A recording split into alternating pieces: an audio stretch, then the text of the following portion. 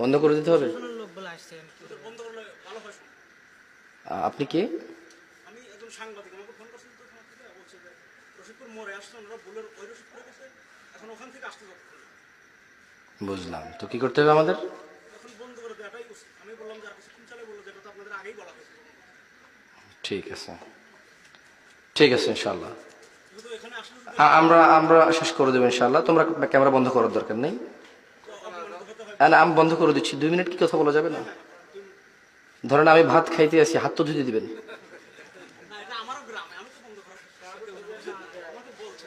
আমরা বলি ইয়া আল্লাহ, তুমি মহান, এই পৃথিবীর কর্তৃত্ব তোমার।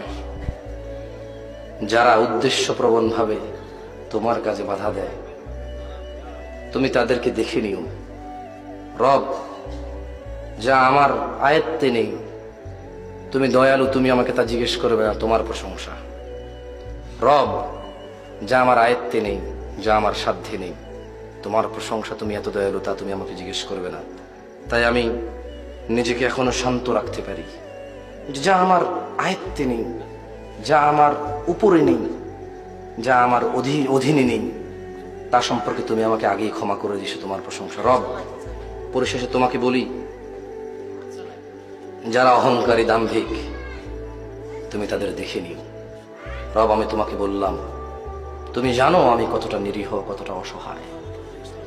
রব, তুমি জানো যারা তোমার বান্দারা আছে তারা কতটা অসহায়, কতটা নিরীহ। রব, তুমি আমাদের জন্য যথেষ্ট হও, আর আমাদের পক্ষ থেকে তুমি তাদের জন্য যথেষ্ট হও। ওয়া আখিরু দাওয়ানা আনিল হামদুলিল্লাহি রাব্বিল আলামিন। ওয়াসসালামু আলাইকুম ওয়া রাহমাতুল্লাহি ওয়া বারাকাতুহু।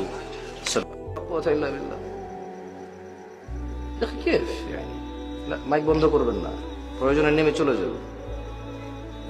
বুঝেননি কথা? আলহামদুলিল্লাহ, এখন পর্যন্ত সরকারের নিষেধাজ্ঞা সরকার করেছে, কিন্তু এদেশের সরকার বা আমরা একে অপরের জন্য কল্যাণকামী। যেমন আমাদের জনগণ বাসে করে স্কুলে যায়, মাদ্রাসায় যায়, গার্মেন্টসে যায়, কাজে কর্মে যায়। আমি নিজেই তো রাস্তা দিয়ে এসেছি, দোকানে যায় বাজার করতে। সব না, এখানে কারণ আপনাদের যদি পারিবারিক কোনো সমস্যা থাকে, এর জন্য আমাদেরকে কষ্ট দিয়েন না, আপনাদের গ্রামকে বদনাম করিয়েন না, অনুরোধ করছি আপনাকে। আপনারা একে অপরের সাথে জায়গা জমির ঝামেলা থাকতে পারে, রাজনৈতিক ঝামেলা থাকতে পারে, প্রাতিষ্ঠানিক ঝামেলা থাকতে পারে, কথাবার্তার দ্বন্দ্ব থাকতে পারে। আমরা বাইরে থেকে এসেছি, সামান্য একটু সুযোগ দিবেন, কথা বলে চলে যাব। আপনার অ্যাকশন, আপনার আচার আচরণ আপনার দলকে বদনাম করে। আমরা জানি আপনার দলে যারা ঊর্ধ্বতন কর্মকর্তা আছেন তারা খুবই ভদ্র এবং নম্র। এই তো আপনাদের এই সিরাজগঞ্জে এসেছিলাম, প্যানেল মেয়র ছিল, তিনি বলেছেন আপনারা মেহমান এসেছেন